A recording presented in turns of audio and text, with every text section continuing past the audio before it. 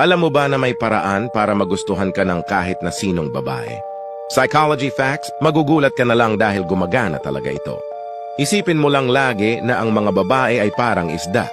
Ang isda, kapag naghahanap ng mapapangasawa ay pinipili ang malaki. Ops, mali ang iniisip mo.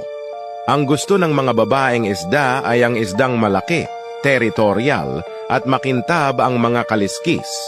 Ganito kasi yan. Halimbawa, may 5 babaeng isda sa dagat at may 5 din na lalaki. Pero sa 5 lalaki na yon, isa lang doon ang malaki at may makintab na kaliskis. Ang 4 ay mga ordinaryo lang at mga walang future na isda. Ang lahat ng 5 babaeng isda na to ay magkakagusto lamang sa iisang isda. Sa may malaking katawan, teritorial, at may makintab na kaliskis.